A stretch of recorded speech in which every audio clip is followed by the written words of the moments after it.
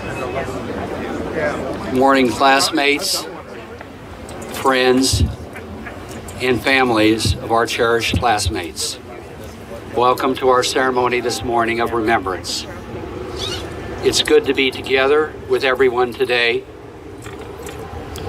We all share an eternal bond with our fallen classmates whose names are graven in stone on the Vietnam Veterans Memorial that stands before us. For some, the Vietnam War is some distant war. But for us, we still feel the ache of our losses as if it were yesterday and not all that long ago. I'd like to begin the ceremony with the West Point Alumni Glee Club singing our national anthem.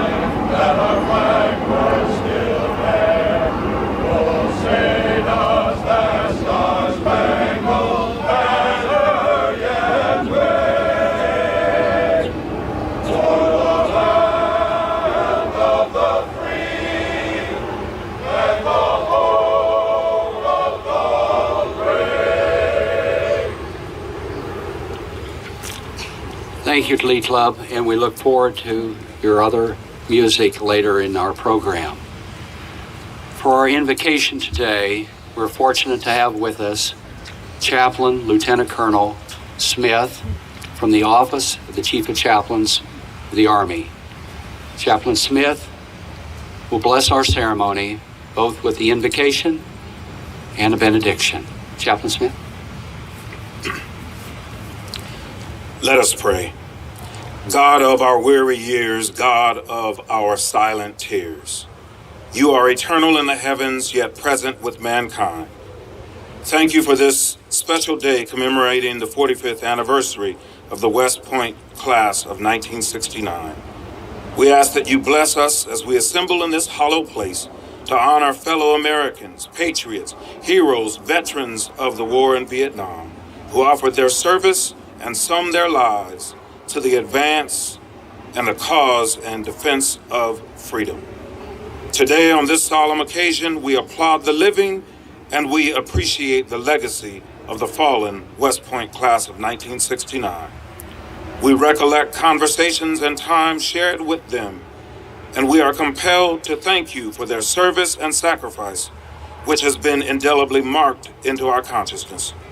Help our efforts to distinctly honor the gallantry of each man this day and all days. We pray your never-ending love and compassion upon the classmates of 1969 and their family members gathered here today. May we never forget those who gave so much to the support and defense of our country and nation. Amen. Thank you, Chaplain Smith. The front row can be seated. We sincerely welcome family members of three of our fallen classmates that are with us today. Lori Bass Wagner, sister of George Bass, and General Vesser, who was George's battalion commander in Vietnam at the time. Laura Oliver, widow of Chip Oliver, her son Brian, his wife Mandy, their daughters Carson Ann and Hadley, her brother Fred, and his son Heath. We also welcome John and Susan Smith. John's older brother was Jim Smith. And from Jim's unit in Vietnam, L Company, 75th Rangers in the 101st, his former company commander, Lieutenant General retired Dave Oley, and Rangers Charles Riley, Nick Gabone, Gib Halverson, Charles Reef, and Ellis McRae. We're very grateful that you're here with us today. We began these ceremonies 25 years ago and continue them every 5 years to be aligned with our class reunion years. This year, we have two speakers. General Retired Frederick Franks and Judge John Charles Thomas. General Franks has been with us since our plebe year, and Judge Thomas is a friend of West Point and the new Jefferson Library. I would ask Rob Goff to come forward and introduce General Franks.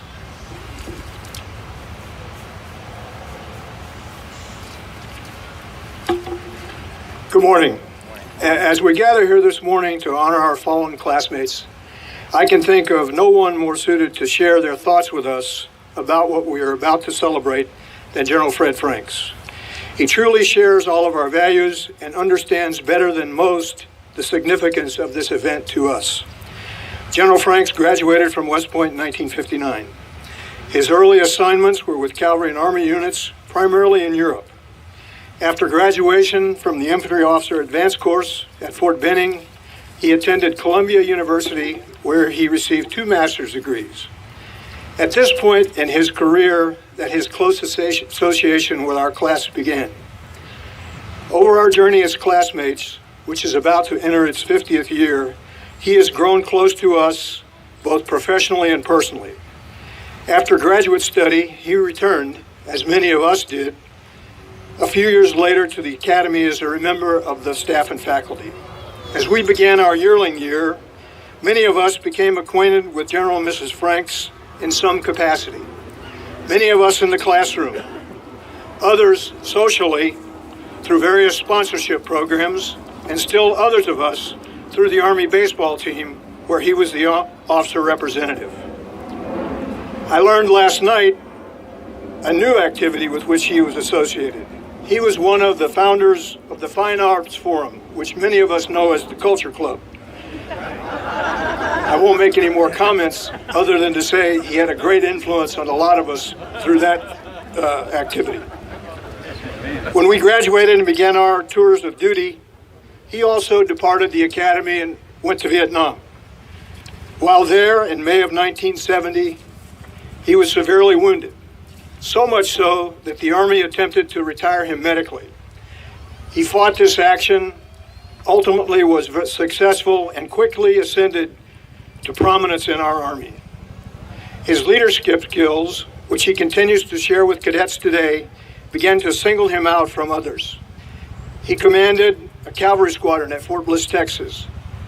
Followed that with command of the 11th Armored Cavalry Regiment in Germany, and after selection to be a general officer, he commanded 7th Army Training Command, also in Europe. He continued to move up in responsibility and commanded then the 1st Armored Division, and after that, 7th Corps. He deployed and commanded that corps during Operation Desert Storm. He was then promoted to 4-star general and assumed command of the Army's Training and Doctrine Command, which is responsible for the development of leadership training of all the soldiers in the Army. During all of these important assignments, our classmates continued to benefit from his tutelage. Many of us served under him and learned extremely valuable lessons about leadership and also how to treat people. After he retired, he continued to have a tremendous impact in the Army. He worked as a senior mentor in the Army's Battle Command Training Program, which trains senior leaders for command and leadership in combat. He also co-authored a book with Mr. Tom Clancy entitled Into the Storm, which addresses command and leadership at the operational level of war. He continues to work with our class today through the Center of Ethics at West Point, where he holds the class of 1966 chair. The chair which we funded through our 40th year class gift is a part of that center.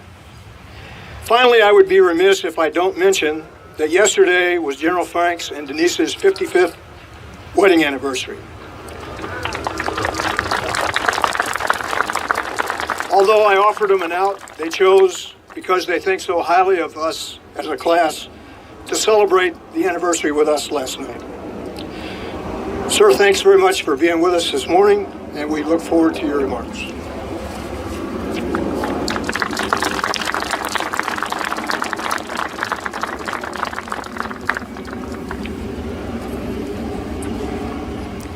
Well, thank you, Rob, for that warm introduction.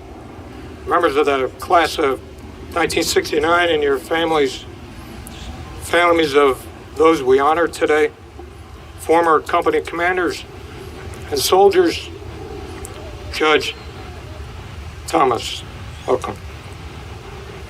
Thank you for including Denise and me here today to honor your 19 classmates who died in Vietnam or of wounds from Vietnam on honorable duty to our country.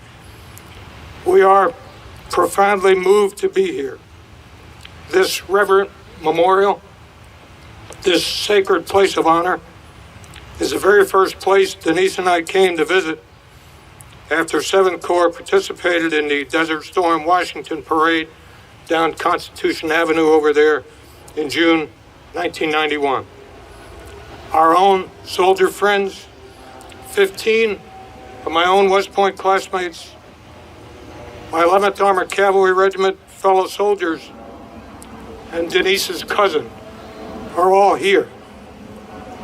We wanted to say thanks and honor again their courage and sacrifice. Just before 7th Corps attacked into Iraq in February 1991, I was talking with soldiers in the 3rd Armored Division in one of those casual chats we all have had as commanders before a major operation or before an attack in combat. That very same 3rd Armored Division in which your classmate, Rob Goff, commanded the 3rd Brigade with such skill and courage. I was explaining our plan of attack, and one non-commissioned officer stopped me and said, "Don't worry, General, we trust you." And at that moment, my throat closed over and I could barely talk. For that non-commissioned officer captured the very essence of leadership, civilian or military, the profound value of trust. Trust me to do what? Lots of things, like decisions to gain the mission at least cost to them, to see that they were trained and ready, and yes, one other certain thing, to honor and respect their service and sacrifice forever, to never forget them.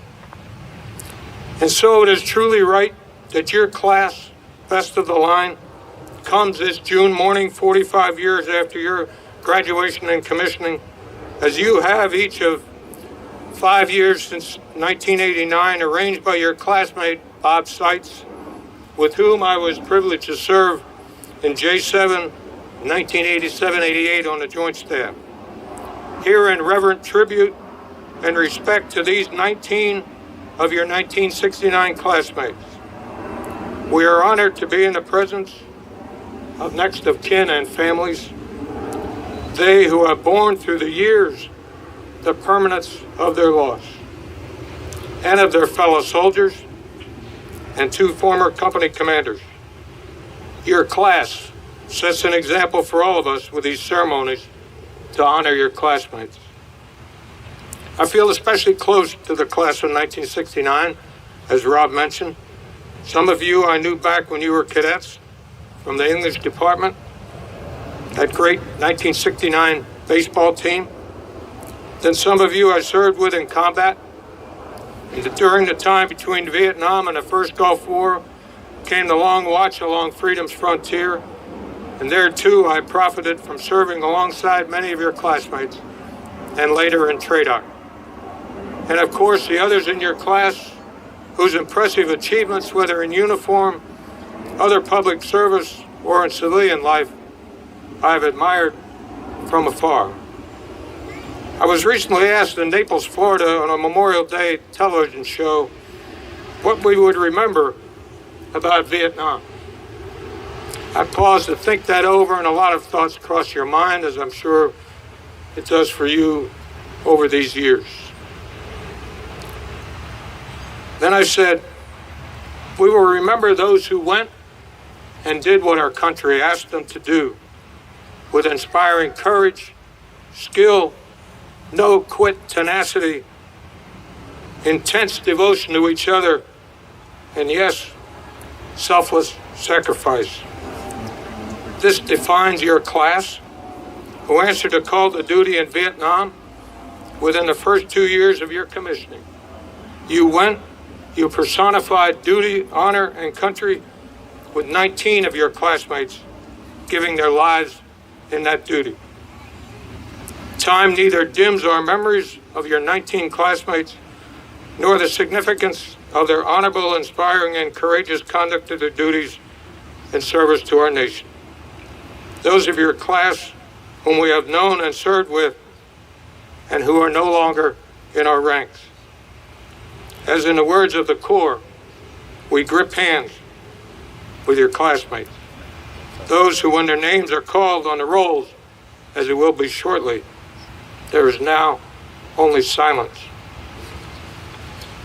Those who remain so special to us, West Pointers who did their duty to the last, and who joined the ranks of heroes who took up arms to fight for what we stand for as a people and for their fellow soldiers. Their memory and their story of courage and service to nation will last forever. Your classmates. I went back and read the memorials to each of your 19 classmates published in the assembly by classmates, wives, fathers, mothers, families, and friends. It was an inspiring and moving experience. Listen to some of those words for each of them. Serving in the infantry in Vietnam was for him the harder right. Determination that no challenge was too great if a fellow soldier was in peril. Killed while rescuing one of his own men. Stood up and gave covering fire that enabled his men to withdraw safely. His favorite parts of the cadet prayer encourage us to live above the common level of life.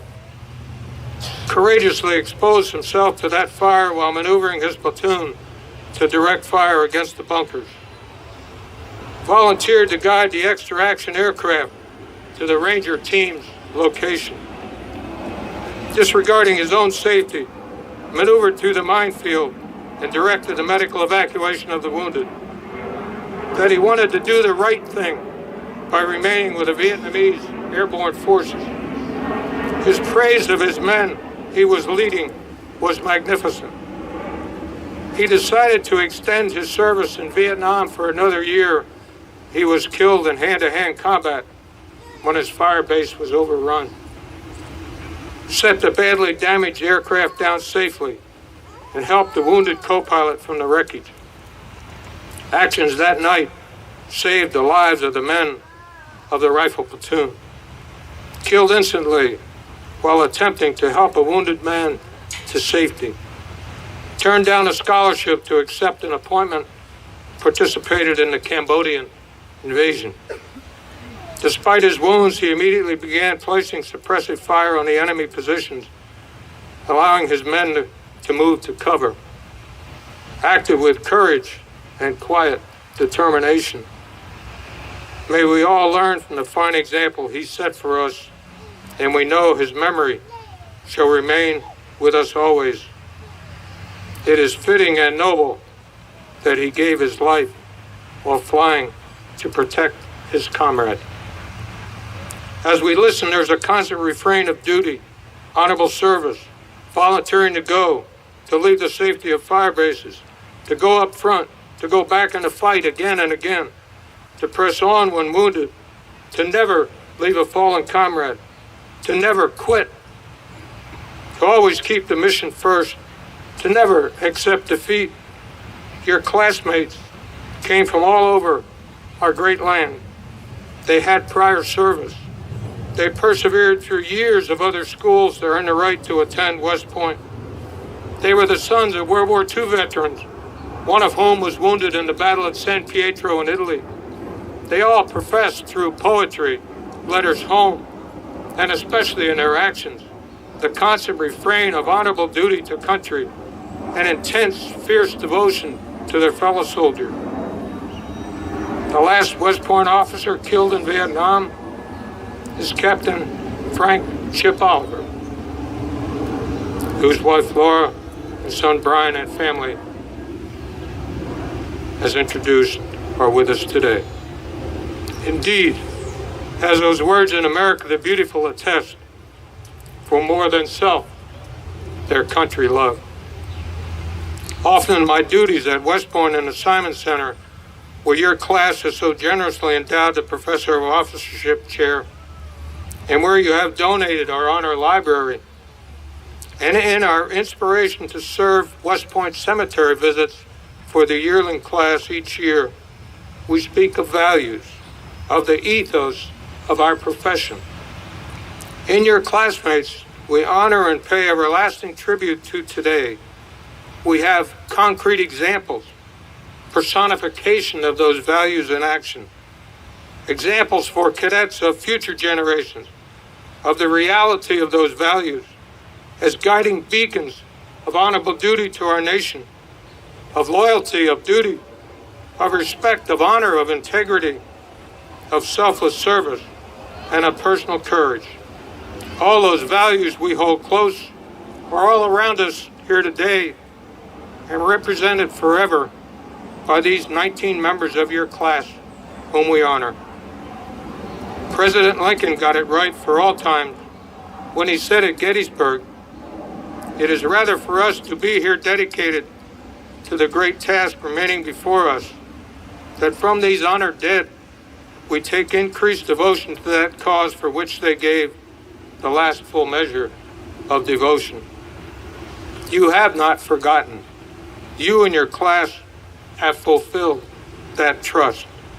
And you have done so by how you have lived your own lives, done your own duties as you see them, and remembered and honored these 19 best of the line. You have taken increased devotion to that cause for which they gave their lives. Soon we will hear from the Alumni Glee Club singing Mansions of the Lord, performed as well on Memorial Day at West Point. To fallen soldiers, let us sing. Let us sing that our land of the free has continued to be home to the brave. Heroes like these 19 selfless, courageous leaders of character. Let me end with a letter President and Mrs. Reagan left at this memorial after his speech here on 11 November 1988. And I quote, "Our young friends, yes, young friends, for in our hearts you will always be young, full of the love that is youth, love of life, love of joy, love of country. You fought for your country and for its safety and for the freedom of others with strength and courage. We love you for it, we honor you, and we have faith that, as he does all his sacred children, the Lord will bless you and keep you. The Lord will make his face to shine upon you and give you peace now and forevermore. Well done. Be thou at peace." May God bless your fallen classmates and families, those serving today, and all of you. And may God continue to bless the United States of America. Thank you.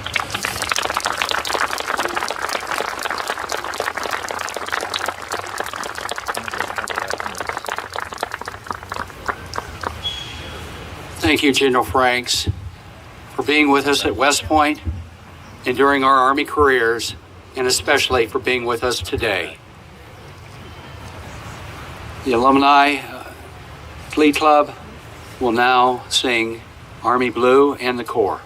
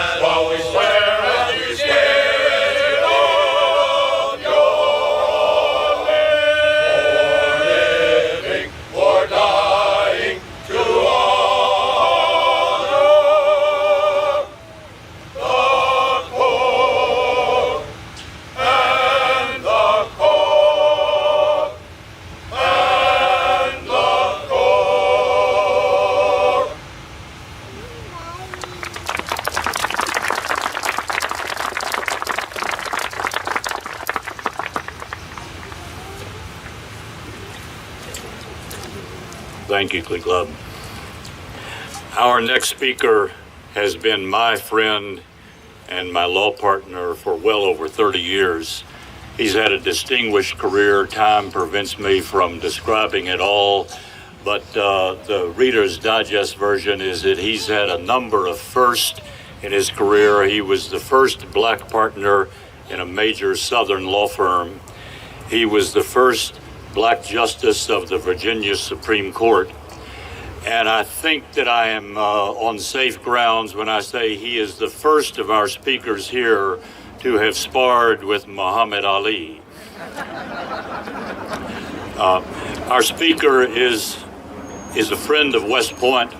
He's an honorary member of the class of 71. He's made numerous speeches and presentations at West Point, including the annual law lecture to the first class, which he's been privileged to give twice. He's even preached the sermon at the Cadet Chapel. So it is my personal pleasure to introduce my friend, our friend, Justice John Charles Thomas.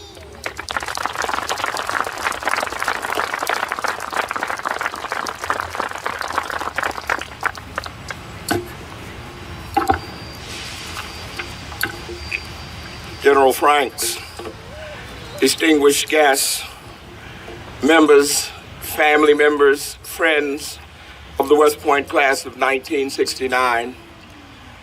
As an American civilian who did not serve in Vietnam, but who has had family members and friends who did, and who have looked upon you all through these years with awe and respect, it is my great joy and privilege to be with you here today.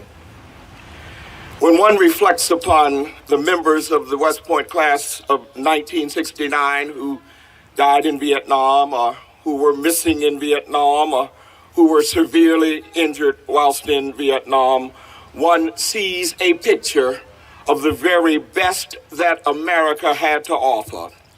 In their lives leading up to their time at West Point, they were readers and writers of poetry. They were track stars. They were Eagle Scouts. They were Golden Gloves champions, state football champions. They lettered in football and in basketball and in track. They were in the Honor Society and on the debate team. They were in the German club and the French club. They were president of the student body, vice president of the student body, senior class president, members of the Key Club, in the senior play, on the yearbook committee, on the prom committee. They were the pride and joy of their families, their communities, their churches, their schools from one end of America to the other. They were the promise of this nation, and they all wanted so much to go to West Point. They came to West Point because they were born in the Army, lived in the Army, loved the Army. They came to West Point because as 7-year-old boys, they told their fathers they wanted to be airborne. They came to West Point because they were born warriors who had to live the life of a soldier. They came because they had faith in the goodness of mankind and of America. They came to West Point because they thought that their country needed them. And at West Point, they were fiercely competitive. They were boxing champion of the regiment. They were champion marksmen. Their pistol team went 29-0. They were cross-country champions. They were gymnasts. They played lacrosse. They were in the skydiving club and the ski club and the military affairs club, the rocket club, the scuba club, the amateur radio club, the behavioral sciences club. They were in the Century Club, and they were on the honor committee. They did not let curfew stand in the way of a proper goodbye to their dates. Wrapped in their brown boys, they could sleep through any natural or man-made event. They were as happy-go-lucky as a summer breeze. They were in the midst of every prank. They were mature and determined. They were cheerful and the best of friends. They had a radiant sense of humor. They had wry wit. They were completely selfless. They were the ultimate friend. They were loud, happy, and unrestrained. They had a caustic sarcasm. They wore jungle hats. They smoked pipes. They put Army insignia on their B-robes. They helped their classmates in sciences, in math, in engineering. They got their airborne wings during the summer and wore them proudly on their cadet uniforms. They were editor of the yearbook. They were quiet and unassuming. They were the strong, silent type. They were called Snake and Greaser and Chip and Schroeds and George and John and Delwoo and North and Smiling Jim and Old Man. And they built with all their classmates a solid, firm foundation of friendship that rivals the very granite that West Point is built from and stands on. And when the time came, they chose the infantry. They chose artillery. They chose armor. They went to jungle school together. They won their Ranger tabs together. They became pilots and flew gunships. They became pathfinders. They won their jump wings together, and they volunteered for Vietnam. They moved their names up on the rotation, and they served. And while in Vietnam, they heard the voice of the poet say to them, in the world's broad field of battle, in the bivouac of life, be not like dumb driven cattle. Be a hero in the strife, and heroes they were, every one. They volunteered to stay with their South Vietnamese unit, even when American soldiers were ordered to leave. They extended their tours of duty and died in hand-to-hand combat. They led their armored cavalry platoon to save an infantry platoon, and they died. They flew escort for a medical evacuation mission, and they died. They were the victims of multiple mine explosions, but they continued to direct the evacuation of their troops, and they suffered grievous injuries. They climbed to the top of a water tower to call in an airstrike, and they vanished. They volunteered to lead an extraction team to bring out a wounded ranger, and they died. They drew sniper fire away from their men to allow them to withdraw to safety, and they died. Surely they filled the unforgiving minute with 60 seconds worth of distance run. They earned the combat infantryman's badge, the Silver Star, the Bronze Star, the Army Commendation Medal, the Purple Heart. They died for